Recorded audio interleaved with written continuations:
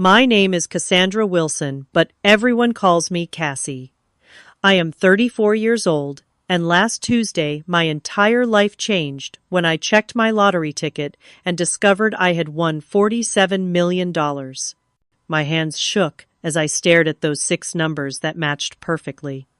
After the initial shock wore off, a strange thought crossed my mind. I would tell absolutely no one about this money. You see, I have a complicated history with my family when it comes to finances. If you are watching this right now, drop a comment letting me know where you are viewing from. Before I tell you about this life-changing decision, hit like and subscribe to hear more real stories about family loyalty and betrayal that might just change how you see your own relationships. Before that fateful Tuesday, my life was painfully ordinary. I worked as an accountant at a small marketing firm in Portland, making just enough to live somewhat comfortably, but never enough to feel secure. My apartment was a modest one, bedroom on the outskirts of the city, nothing fancy, but it was mine. Every morning I would wake up at 6, make my coffee, and start my day with the persistent worry of bills and deadlines hanging over my head. The job was demanding, with 60-hour work weeks becoming the norm rather than the exception, especially during tax season. My family situation was complicated, to say the least. My parents, Gregory and Diane Wilson, divorced when I was 14 and both remarried within 2 years. My father, Gregory, a high school physics teacher, married Stephanie, a real estate agent, with expensive taste and an even more expensive lifestyle. My mother, Diane, found love with Warren, a successful business owner who had more money than my father but kept a tight grip on every penny. I have 2 siblings. My younger sister, Lisa, is 30 and has always been the golden child. She graduated from an Ivy League university, married a surgeon named Paul, and now lives in a beautiful house in the suburbs with their 2 perfect children. Then there is my older brother Jason, 36, who despite his charm and intelligence has never quite figured out his life. He bounces from job to job, relationship to relationship, and has made borrowing money from family members something of an art form. The pattern was always the same desperate call, emotional plea, promise to pay it back, then radio silence until the next crisis. Extended family was no less complicated. My Aunt Martha, my mother's younger sister, was perhaps the only genuine person in our family circle. Despite living paycheck to paycheck as an elementary school teacher, she always found ways to show up when it mattered. She drove an ancient Honda that made alarming noises, lived in a small apartment filled with books and plants, and never complained about her circumstances. In stark contrast was my Aunt Heather, my father's older sister, who had married wealthy and never let anyone forget it. She spent holidays critiquing everyone's life choices and making backhanded comments about my career, apartment, and perpetually single status. My cousin Ryan, her son, had inherited her entitlement, but none of her financial success, and had a gambling problem that the family pretended not to notice. My history with financial assistance in the family had left me jaded. When Jason needed $5,000 for rehab 3 years ago, I emptied my modest savings account to help him, only to discover months later that he had never actually gone to treatment. When Lisa needed help with her wedding costs, I put $2,000 on my credit card that she promised to pay back after the honeymoon. 5 years later, I was still waiting. When my father needed a loan to repair his roof after a storm, I sent what I could only to see photos of him and Stephanie vacationing in Cancun the following month. The only person who knew the full extent of these betrayals was my best friend Charlotte. We had met in college, and unlike most relationships in my life, ours had remained constant. Charlotte worked as a nurse, understood struggle, and never judged my complicated feelings about my family. She was the voice of reason when I felt myself becoming bitter, reminding me that not everyone was out to take advantage of me. At work, things were not much better. My boss Arnold had a habit of taking credit for my ideas during meetings with clients. My colleague Derek consistently left early, leaving me to pick up his slack, yet somehow always managed to get the recognition I deserved. Despite being underappreciated, I kept my head down and continued to work diligently, hoping someday it would pay off. Buying lottery tickets was my one small indulgence, a weekly ritual that my family loved to tease me about. Every Friday, I would stop at the corner store and spend $10 on tickets. My mother called it a tax on people who could not do math. My brother joked that I should just give him the money directly instead of wasting it. My father lectured me about probability and statistics. But there was something hopeful about those tickets, a tiny chance at freedom that I could not bring myself to give up, even as years passed without winning more than $20 here and there. I had dreams, of course. I wanted to travel to see places beyond the Pacific Northwest. I wanted to go back to school, maybe get a master's degree in something I was actually passionate about. I wanted to have enough savings that an unexpected car repair would not send me into a financial tailspin. But these dreams seemed increasingly distant as I approached my mid-30s, still paying off student loans and carrying a small but persistent credit card debt that never seemed to diminish despite my careful budgeting. Each month was a careful balancing act of bills, groceries, and the occasional dinner out with Charlotte. I clipped coupons, compared prices, and knew exactly which store had the best deal on everything from toilet paper to coffee. I drove a 10-year-old Corolla that made a concerning noise when it rained, but could not afford to replace it. I had mastered the art of appearing perfectly fine while constantly calculating costs in my head, wondering if I could afford to say yes to an invitation or if I needed to invent an excuse to stay home. This was my life before everything changed. Ordinary, sometimes difficult occasionally, lonely, but stable in its own way. I had no idea how a single piece of paper was about to completely upend everything I thought I knew about myself and the people I called family. The day I bought the winning ticket was actually my 34th birthday. I had just finished a particularly grueling week at work, where Arnold had once again taken credit for my financial strategy that saved a major client thousands of dollars. I stopped at Gus's corner market as I did every Friday, but this time with a slight variation in my routine. "Happy birthday, Cassie," Gus called out as I entered. Gus was a kind older man who had owned the store for over 30 years. He knew all his regular customers by name and always had a friendly word to share. "Thanks, Gus. The usual please, and maybe one extra for good luck," I replied, handing him $20 instead of my typical 10. "Birthday splurge, huh?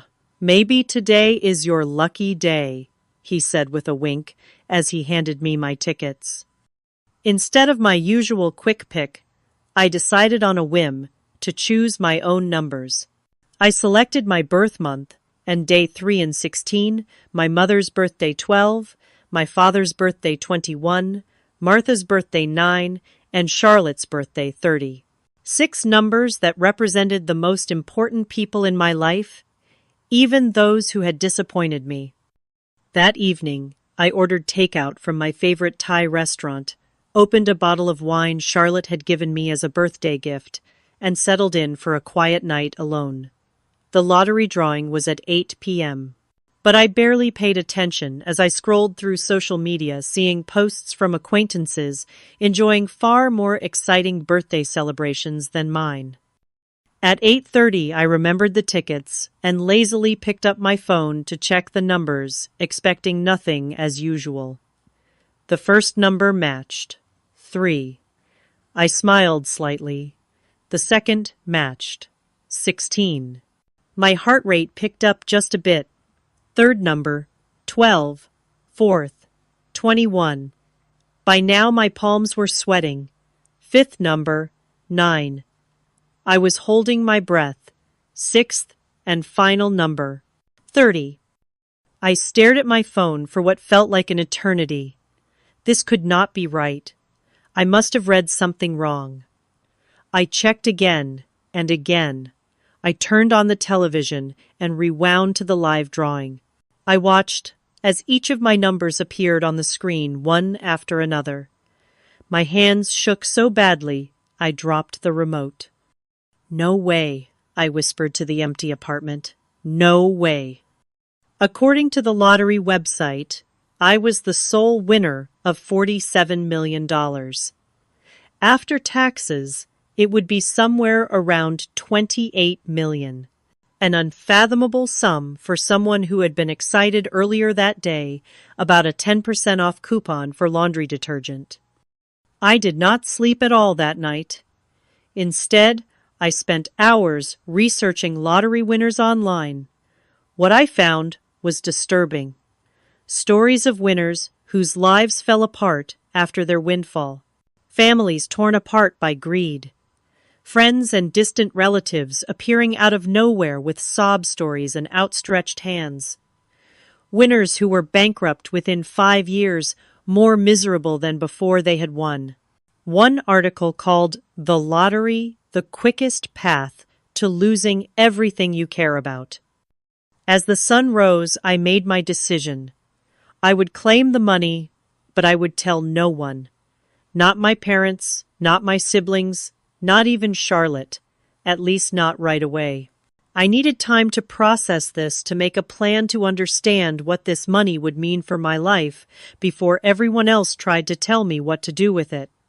That morning, I called in sick to work for the first time in 3 years and made an appointment with Philip Montgomery, an attorney specializing in financial planning and estate law. His office was in a downtown high-rise, and as I sat in the waiting room in my ordinary clothes, clutching my purse with the winning ticket inside, I felt like an imposter. Miss Wilson Phillip greeted me, extending his hand. He was in his 50s with salt and pepper hair and kind eyes behind expensive glasses. "What can I help you with today?" I took a deep breath and placed the ticket on his desk. "I need to know how to claim this without anyone finding out it was me." His eyes widened briefly as he examined the ticket, then he nodded professionally. "I see. Well, you have come to the right place." Over the next 2 hours, Philip explained my options. In our state, lottery winners could claim prizes through trusts or legal entities that would keep their identities private. He outlined the process of setting up a blind trust, how taxes would work, and the importance of assembling a team of financial advisors to help manage such a large sum. The biggest mistake winners make, he told me, is telling too many people too quickly. Once that happens, there is no going back. I nodded, relieved that my instinct had been correct. I want to do this right. I do not want this money to ruin my life. As I left Philip's office with a folder full of documents and a list of next steps, I felt a strange mix of excitement and dread. I had more money than I had ever dreamed of, yet I could not share this life-changing news with anyone. I would be living a double life, pretending to be the same struggling accountant while secretly being a multi-millionaire. Over the next 2 weeks, I worked with Philip to establish the trust, claim the winnings, and set up investment accounts. We created a comprehensive financial plan that would ensure I would never have to worry about money again, even if I lived to be 100. The money was real now, sitting in accounts under my control, yet my day-to-day life remained unchanged. I still went to work, still complained about bills with coworkers, still drove my old Corolla. The secrecy was starting to weigh on me. I found myself wondering about my family. Would they be happy for me if they knew? Would they respect my boundaries, or would they see me as nothing more than a walking ATM? The questions haunted me, and gradually an idea began to form. What if there was a way to find out how my family would react to my newfound wealth without actually revealing it? What if I could test their character before deciding who to share my secret with? The plan crystallized one night as I lay awake, staring at the ceiling. I would create a scenario where I needed financial help. Not a huge amount, but enough to be significant. I would approach each family member with the same story, the same request, and see who would help me without the prospect of gaining anything in return. Only then would I know who deserved to be part of my new life. The next day, I met with Philip again to ensure my finances were properly secured before proceeding with my plan. We had established a diverse investment portfolio, set up trusts for future charitable giving, and created a modest personal account that would allow me to access funds without raising suspicion. The bulk of the money was safely invested, untouchable by anyone but me. "Everything is in order," Cassandra Phillip assured me, sliding a folder across his polished desk. "Your financial future is secure. You could stop working tomorrow if you wanted to." The thought was tempting, but I knew an abrupt lifestyle change would raise questions. I was not ready to answer. "I think I will stay at my job for now," I replied. "At least until I figure some things out." That evening, I invited Charlotte over for dinner. As we sat on my small balcony with glasses of wine, I decided to share part of my plan with her. I could not keep everything bottled up, and I trusted her more than anyone. "I am thinking about conducting a sort of experiment with my family," I began carefully. Charlotte raised an eyebrow. "What kind of experiment?" I took a deep breath. "I am going to tell them I lost my job and need financial help, just to see who actually cares enough to help me when I need it." Charlotte's expression shifted from curiosity to concern. "Cassie, that seems manipulative." "Why would you do that?" "Because I am tired of being the only one who helps when others need it," I said, not quite meeting her eyes. "I want to know who would be there for me if the tables were turned." "But lying to test people, that does not sound like you." Charlotte set down her wine glass. "Why not just ask them how they feel about you? Have an honest conversation." I laughed without humor. "Right, because my family is so great at honest conversations. You know how they are, Charlotte. You have seen how they treat me." "Still, this feels wrong. What are you trying to prove?" "I am not trying to prove anything," I insisted, though that was not entirely true. "I just want to know who actually cares about me versus who sees me as a resource." Charlotte shook her head. "I think you are going to hurt yourself more than anyone else with this. But I know that look in your eye. You have already made up your mind." She was right. I had spent that day crafting my story, making sure it was believable, but not so dramatic that it would raise suspicion. I would tell everyone that the marketing firm I worked for had suddenly shut down after losing its biggest clients. I would say I needed $5,000 to cover rent and medical expenses until I found a new position. It was a significant amount, but not outrageous, and certainly not beyond the means of most of my family members. I made a list of everyone I would approach: my mother Diane and stepfather Warren, my father Gregory and stepmother Stephanie, my sister Lisa and her husband Paul, my brother Jason, my Aunt Martha, my Aunt Heather, and my cousin Ryan. 10 people, all of whom had turned to me for help at some point, all of whom I had supported either financially or emotionally when they needed it. The next day, I practiced my story with Charlotte, who reluctantly agreed to help despite her misgivings. "You need to sound genuinely distressed, but not desperate," she advised, "and have specific details ready about the company closing. They might ask questions." I nodded, taking notes. "I will say the CEO had been embezzling funds, and the company is under investigation. That would explain why it happened so suddenly, and why I might not get my final paycheck." "And what about your job search?" "They will ask about that." "I have been applying everywhere, but the job market is tight, especially for specialized accounting positions. I have some interviews lined up, but nothing definite yet, and my emergency fund is depleted from some recent medical tests. I had thought through every detail, creating a scenario that would elicit sympathy without raising too many questions. As I finalized my plan, I felt a twinge of guilt. Was Charlotte right? Was this manipulative and wrong? But then I remembered all the times I had emptied my savings to help these same people, often at great personal cost, and my resolve strengthened. This was not just about testing them, it was about protecting myself and my future. I made a prediction list of how I thought each person would respond. My mother would probably offer some help, but less than I needed. My father would lecture me about financial responsibility, but might send a small amount. Lisa would claim she could not help due to the kids' expenses. Jason would definitely say he had no money. Warren and Stephanie would refuse outright. Aunt Heather would judge me for my poor life choices. Cousin Ryan would promise help that would never materialize. The only person I had real hope for was Aunt Martha. Despite having the least to give, she had always been the most generous with what she had.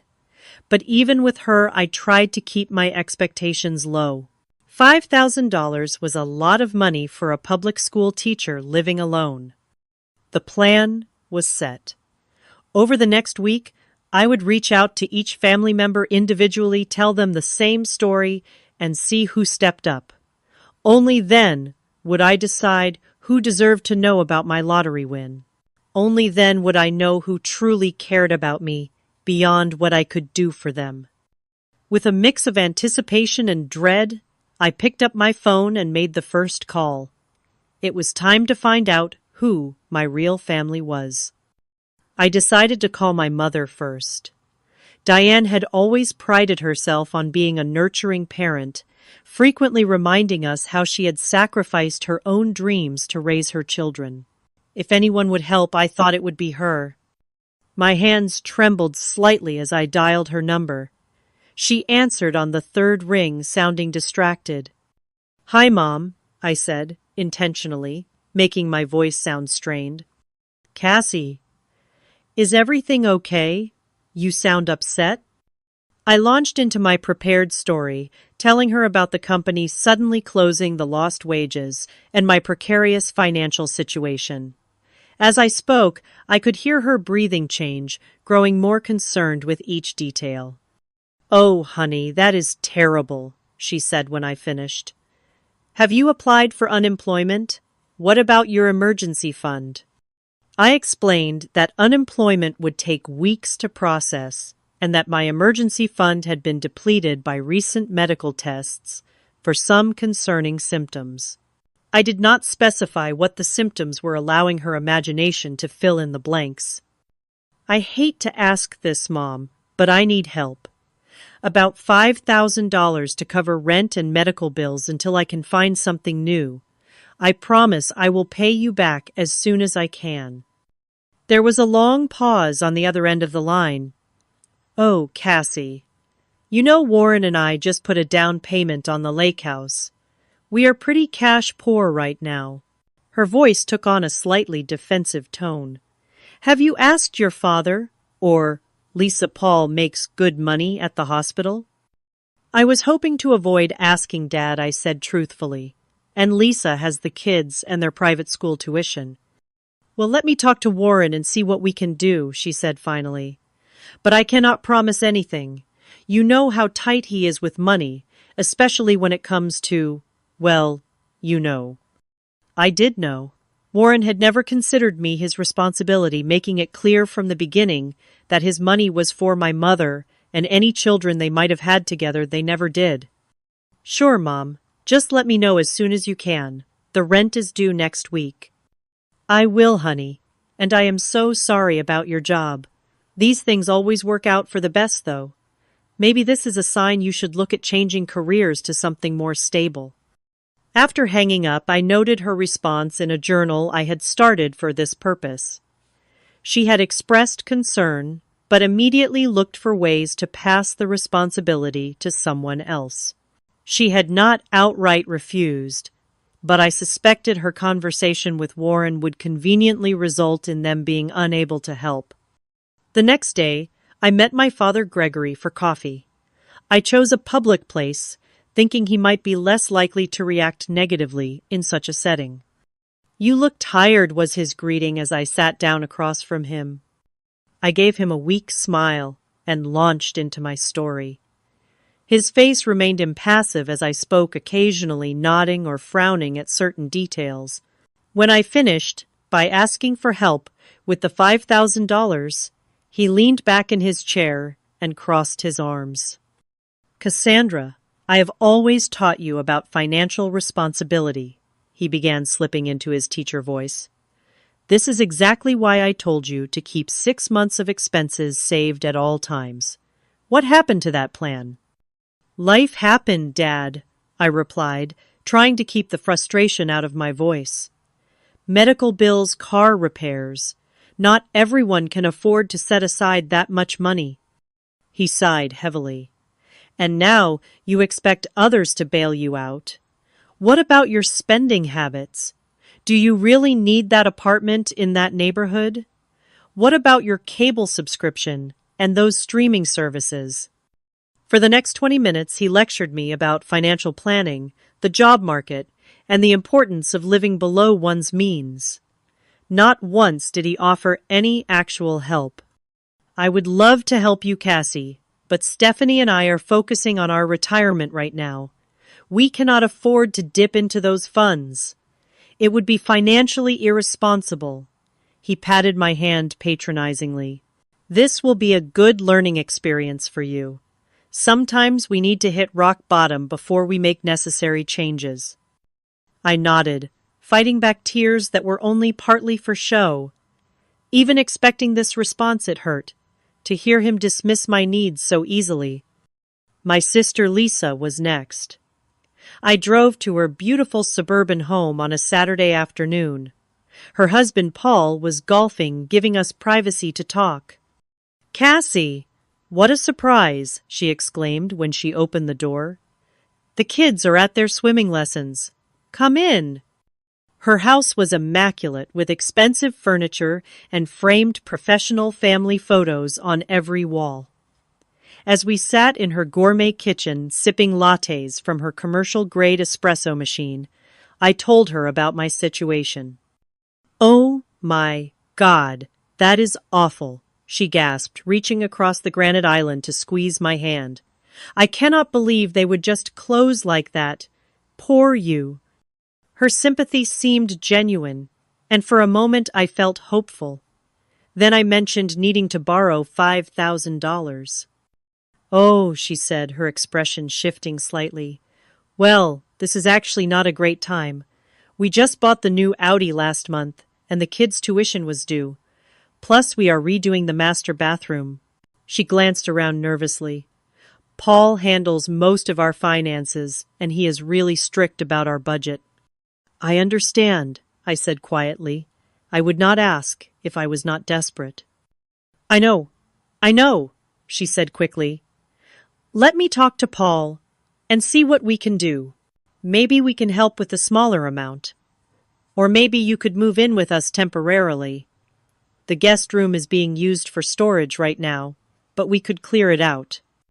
I thanked her for the offer, but explained that moving would be difficult with my job search centered in the city. She promised to call me after speaking with Paul, but the way she avoided eye contact told me all I needed to know. My brother Jason was perhaps the most disappointing. After sending him a detailed text about my situation, he responded with a brief message. "That sucks, sis. Really tight right now myself. We'll call you later." He never did. My follow-up messages went unanswered, and when I tried calling him directly, the calls went straight to voicemail. This from the same brother who had borrowed thousands from me over the years, always with tearful promises of repayment that never materialized. My stepmother Stephanie was blunt when I called her not bothering with even a pretense of sympathy. Cassandra, I am sure this is difficult, but Warren and I are not in a position to help. Perhaps this is an opportunity for you to learn better financial management skills. Have you considered downsizing your apartment or getting a roommate? When I pointed out that I had helped them with repairs to their vacation cabin last year, she bristled. That was different. That was a family property that you also enjoy using. The fact that I had only been invited to the cabin once in 5 years apparently did not matter. My stepfather Warren was even worse. You are not my daughter, he said plainly when I called. I have supported your mother for years, but your financial problems are your own. Perhaps you should have chosen a more lucrative career path. My cousin Ryan initially seemed sympathetic, promising to definitely help out. He even suggested meeting for lunch to give me a check. But when the day came, he texted an hour before saying something had come up and he would reschedule. He never did, and eventually stopped responding to my messages altogether. Aunt Heather's response was perhaps the least surprising, but still painful. Well, Cassandra, I always said that company of yours seemed unstable. I told your father you should have taken that job at the bank after college, but no one listens to me. She then proceeded to tell me about all the financial troubles other family members had experienced and how they had overcome them without begging for handouts. By that evening, I had heard from Lisa that Aunt Heather was telling everyone about my financial irresponsibility. After a week of rejections, half promises, and outright silence, I was emotionally exhausted. The experiment had confirmed my worst fears about my family, but the reality was still painful to accept. 7 people who had repeatedly asked for and received my help over the years could not or would not return the favor when I needed them. Then my phone rang. It was Aunt Martha. Cassie, honey, I just heard from your mother about the job. Are you okay? Her voice was warm with genuine concern. I had not actually reached out to Martha yet, planning to call her the next day. The fact that she had called me first after hearing about my situation secondhand spoke volumes. I am hanging in there, I said, the emotion in my voice now entirely real. Listen, I want to help. Can we meet for lunch tomorrow? My treat, of course. The next day we met at a small diner near her apartment.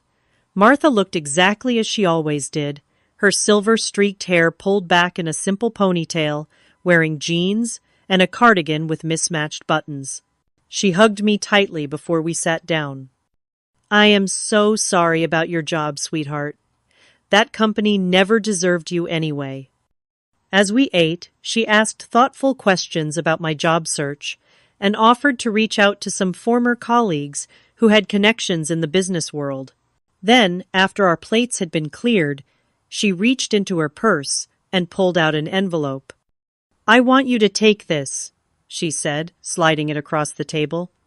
It is $3,000. I know it is not the full amount you need, but it should help with the rent at least. I stared at the envelope in shock. Martha, I cannot take this. This is too much. Nonsense. Family helps family. And I want you to know something else. She reached across the table and took my hand. If you need a place to stay to save on rent, my sofa pulls out into a bed. It is not fancy, but you are welcome to stay as long as you need to. Tears filled my eyes, and this time they were completely genuine. Thank you, I whispered, overwhelmed by her generosity. Now do not you worry about paying this back right away, she continued. Get back on your feet first. Find a job you actually like this time. Life is too short to work somewhere that does not appreciate you. As we left the diner, Martha hugged me again. You are going to be okay, Cassie. You are smart and capable. This is just a bump in the road. Driving home, I clutched the envelope, containing $3,000 more money than I knew Martha could comfortably spare. The contrast between her response, and the rest of my families could not have been more stark. The only person who had offered genuine help was the one with the least to give. After meeting with Martha, I did some research that left me stunned. $3,000 represented nearly all of her savings, and I discovered that she had been quietly dealing with complications from type 2 diabetes. Her medication costs had recently increased, and she had been picking up extra tutoring work to make ends meet. The knowledge hit me like a physical blow. Martha, who had so little, had given me almost everything she had without hesitation or conditions. Meanwhile, my mother, who had recently spent $8,000 on a bathroom renovation, could not spare $5,000 to help her daughter with rent and medical bills. The next day, I invited Martha to my apartment for dinner. As she settled onto my worn couch, I noticed for the first time how tired she looked, the fine lines around her eyes deeper than I remembered.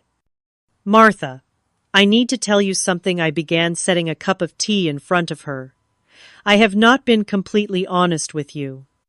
Her expression remained open, curious, rather than concerned. "What is it, honey?" "I did not lose my job. The company is fine. I still have my position." The words tumbled out quickly. I made up the story to see who in the family would help me if I needed it. Martha was quiet for a moment, then nodded slowly. "I see." "Are you angry with me?" I asked suddenly, afraid of losing the one genuine relationship I had discovered through this experiment. She considered the question. "No, not angry. Sad, maybe? Sad that you felt you needed to test people this way." She took a sip of her tea. "But I understand why you did it. Our family has not always been kind to you." "You were the only one who offered to help," I told her. "Everyone else had excuses or just ignored me entirely." Martha sighed. "People show you who they are when giving becomes inconvenient. I learned that lesson the hard way myself." "What do you mean?" She set down her cup and folded her hands in her lap. "My ex-husband, Robert. Did I ever tell you why we really divorced?" I shook my head. The family story had always been vague, something about growing apart. "I came into a small inheritance when my grandmother died, about $50,000. Not a fortune, but significant for us at the time. Robert immediately had all these plans for the money, mainly investing in his friend's business ventures." She smiled ruefully.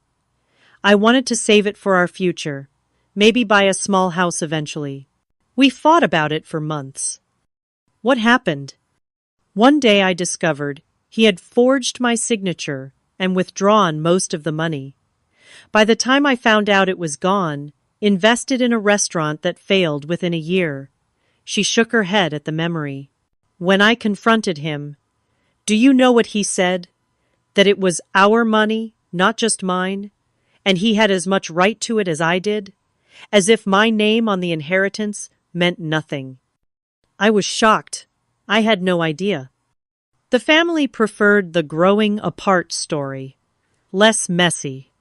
She reached for my hand. "The point is, I learned that some people see you as a resource rather than a person, and it is a painful lesson." "I am so sorry that happened to you," I said, squeezing her hand. "It was a long time ago, but it taught me something important about money and relationships." She looked at me intently. "Money does not just reveal who others truly are, Cassie. It reveals who we are too. How we use it, how we share it, how we talk about it. It is a powerful mirror." Her words resonated deeply. In that moment, I made a decision. "Martha, there is something else I need to tell you. Something big." I took a deep breath. "I won the lottery 3 weeks ago. $47 million. Her eyes widened, but she remained silent, waiting for me to continue. "I have not told anyone else. Not my parents, not Lisa or Jason, not even Charlotte. You are the first to know." "Oh, Cassie," she breathed. That is life-changing." "I know. And that is why I did this test. I needed to know who would be there for me without knowing about the money." Martha nodded slowly. "I understand that. But what will you do now?" "That is what I am trying to figure out. The money is secure, and I have good financial advisors, but I do not know how to handle the family." Martha considered this. "You know you do not owe anyone anything, Cassie, not even me." "But I want to help you," I insisted. "Your medical expenses, a better apartment, whatever you need." She smiled gently. "I do not need anything from you, sweetheart. I am happy with my life. My apartment is small, but it is full of things I love. My car runs most of the time. I have my students and my books, and now this wonderful secret with my favorite niece." She patted my hand. "Just knowing you are secure and happy would be enough for me." Her selflessness brought tears to my eyes. Here was someone who had given me almost everything she had when she thought I needed it, and now was asking for nothing in return when she knew I had millions. As we continued talking into the night, the contrast between Martha and the rest of my family became even more stark. While I had been conducting my experiment, word had spread through the family about my supposed financial troubles. Instead of prompting concern, it had mainly generated gossip and judgment. My phone buzzed with a text from my mother. "Heard you asked Lisa for money too. You should have told me you were asking everyone. Feels like you are playing us against each other." Another came from my father. "Stephanie tells me you have been calling everyone for handouts. This is exactly the kind of irresponsible behavior I warned you about." The family had turned my request for help into evidence of my character flaws rather than an opportunity to show compassion. And in doing so, they had revealed everything I needed to know about the true nature of our relationships. The morning after my conversation with Martha, I met with Philip to discuss my long-term financial plans. Now that I had clarity about my family relationships, I could make decisions about my future with open eyes. "I want to set up a trust for my Aunt Martha," I told him. "Something that will cover her medical expenses and provide her with a comfortable retirement, but in a way that feels like a gift rather than charity. She is very proud." Philip nodded, making notes. "We can structure it as a family trust that provides a monthly stipend. She would not have to manage a large sum all at once, which can be overwhelming for someone not used to wealth." "Perfect. And I want to buy her a small house near wherever I decide to live. Nothing extravagant, just comfortable and accessible for someone with health issues." We spent the next hour discussing investment strategies, charitable foundations, and my own living situation. I had decided to give notice at my accounting job and focus on establishing a nonprofit organization aimed at helping elderly people living alone, inspired by Martha's situation and the many others like her. "What about the rest of your family?" Philip asked cautiously. "Do you plan to tell them about the winnings?" I shook my head. "Not right now, maybe not ever. But I do want to arrange a family meeting to clear the air about my financial troubles." Later that day, I called Charlotte and finally told her the truth about everything: the lottery win and the family experiment. After her initial shock, she understood why I had kept it secret. "So what now?" she asked. "Are you going to become one of those eccentric millionaires who still clips coupons and drives a beat-up car?" I laughed. "No, but I am not going to suddenly start buying Bentleys either. I want this money to mean something, to do good, starting with Martha." "She deserves it," Charlotte agreed. "And what about everyone else? The ones who failed your test?" "I am still figuring that out. I have called a family meeting for this weekend. I told them I have an important announcement." When Sunday arrived, I was surprised to see everyone show up at my apartment. My mother and Warren, my father and Stephanie Lisa, and Paul, even Jason, who had been ignoring my calls for weeks. Aunt Heather arrived with a disapproving frown already in place. Aunt Martha came last, giving me a secret smile as she entered. As everyone settled into my small living room, looking around with varying degrees of curiosity and judgment, I stood before them feeling strangely calm. "Thank you all for coming," I began. "I know there have been rumors going around about my financial situation, and I wanted to address them directly." My mother shifted uncomfortably. Jason suddenly became very interested in his phone. Lisa and Paul exchanged glances. "The truth is, I am fine. I have found a new job with better pay and benefits." This was technically true, as I had just appointed myself executive director of my new foundation with a modest salary. "I will be transitioning to that position next month." "Well, that is wonderful news," my mother said, with obvious relief. "We have all been so worried." I noticed several faces relax around the room. They had come expecting either to be asked for money again, or perhaps to stage some sort of intervention about my financial habits. Instead, they were getting good news that required nothing from them. "So, why all the drama about needing money?" my father asked, his tone accusatory. "Why ask everyone for help if you had a job lined up?" I met his gaze steadily. "The job came through recently, and when I was in trouble, I reached out to my family. That is what family is supposed to be for, right?" An uncomfortable silence fell over the room. "Well, we all have our own financial commitments," Stephanie said defensively. "It is not always possible to help, even when we want to." Of course, I agreed. We all have to make choices about our priorities. I turned to Jason. "Speaking of which, Jason, I noticed you never responded to my messages when I needed help. Yet you had no problem asking me for $3,000 last Christmas for your rent." He had the grace to look embarrassed. "I was going through some stuff, and I did not have any money to give you." "You did not even call me back," I pointed out. "That would have been free." The meeting continued in this vein, with me calmly but firmly addressing the hypocrisy and absence of support I had experienced. No one admitted any wrongdoing. There were excuses, justifications, and even some attempts to turn the blame back on me for making everyone feel guilty. As they filed out after an uncomfortable hour, I felt a strange sense of closure. I had not told them about the lottery win, but I had stood up for myself in a way I never had before. The money had given me something perhaps more valuable than wealth itself: the courage to see my relationships clearly and to set boundaries accordingly.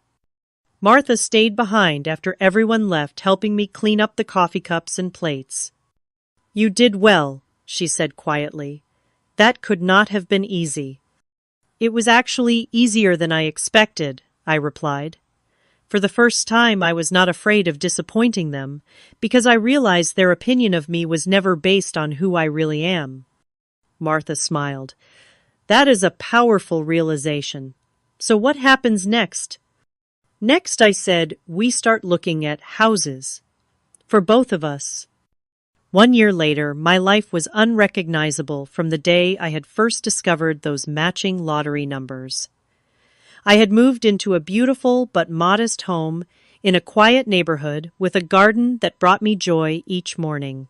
Just 3 blocks away was Martha's new house, a single-story craftsman with wide doorways to accommodate her walker on the days her diabetes made walking difficult. My nonprofit organization's second family had grown beyond my expectations. We provided companionship home repairs and financial assistance to elderly people living alone, with a special focus on those estranged from their families. The work was rewarding in a way my accounting career had never been, and we had already helped over 200 seniors in our city. Charlotte had eventually joined the organization as our outreach coordinator, bringing her nursing expertise and compassionate nature to our mission. She and I still had our weekly wine nights, though now they took place on my comfortable patio rather than in my cramped apartment.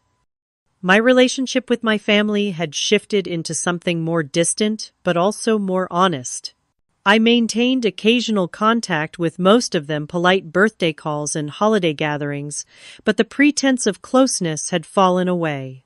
Without the expectation of emotional intimacy that had never actually existed, our interactions became less painful. None of them knew about my lottery winnings. As far as they were concerned, I had simply found success with my new career in nonprofit management.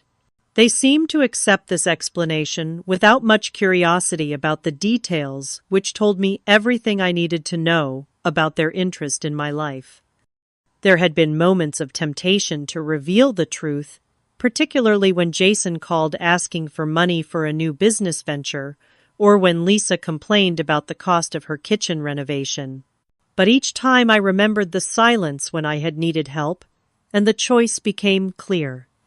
Interestingly, there had been occasions when family members genuinely needed assistance. When my father had a minor heart attack and faced unexpected medical bills, I anonymously paid them through the hospital's patient assistance fund. When my cousin Ryan finally entered rehab for his gambling addiction, I made an anonymous donation to cover his treatment. They never knew the source of these gifts, and I preferred it that way. Martha and I had dinner together at least twice a week. Her health had improved dramatically with proper medical care and less financial stress. She had retired from teaching, but volunteered at a literacy program 3 days a week, still sharing her love of books with children who needed it. "You know what still amazes me," she said one evening, as we sat on her porch watching the sunset. "How differently everything could have turned out if you had announced your lottery win right away." I nodded, considering this alternate reality. The family would have suddenly become very attentive and loving, I imagine. "And you would never have known what was real," Martha added. "That knowledge, painful as it was, gave you freedom." She was right. The experiment had been painful but illuminating. It had shown me who deserved a place in my life and who did not. It had revealed the true nature of relationships I had spent years trying to strengthen, despite their fundamental imbalance. The greatest lesson I had learned was not about others, but about myself. Before the lottery, I had defined my worth by what I could give to others, constantly trying to earn love through sacrifice and generosity. I had allowed myself to be used because I believed that was what family meant, what love required. Now I understood that real love, the kind Martha had shown me, did not keep a balance sheet. It gave freely without expectation of return, but it also respected boundaries and dignity. It was honest and consistent, present in good times and bad. I had initially kept my winnings secret out of fear, worried that money would corrupt my relationships. What I had not anticipated was how the secret would clarify them, instead stripping away pretense and revealing truth. The money had not changed who anyone was. It had simply illuminated who they had been all along. My life now was rich in ways that had nothing to do with my bank account. I had purpose through my foundation, genuine connection with Martha and Charlotte, and a hard-won understanding of my own worth that no external validation could shake. Perhaps most importantly, I had peace. The constant anxiety about finances that had been my lifelong companion was gone, but so too was the desperate need for approval from people incapable of giving it. I had built a life aligned with my values rather than my insecurities. Martha reached over and patted my hand, bringing me back to the present moment. "You did good, kiddo, not just with the money, but with what you learned." I smiled at her, overwhelmed with gratitude for this woman who had shown me what family truly meant. I had a good teacher. As the sun dipped below the horizon, painting the sky in shades of pink and gold, I thought about the journey that had brought me here. From the shock of those matching numbers, to the pain of rejection, to the joy of creating something meaningful with my unexpected fortune. The money had changed my life, yes, but not in the ways I had initially feared or hoped. It had simply given me the freedom to see clearly and choose wisely. The most valuable thing I had gained had nothing to do with millions in the bank. It was the understanding that the people who deserve a place in your life are not those who are there when you have everything to give, but those who stay when you have nothing to offer but yourself. Have you ever had to test someone's loyalty in your life? What did you learn from that experience? Share your stories in the comments below. If this story resonated with you, please hit like and subscribe to hear more real-life lessons that might change your perspective. Remember to share this video with someone who might need to hear that their worth is not determined by what they can give to others. Thank you for listening, and may you find the clarity to recognize the true relationships in your own life.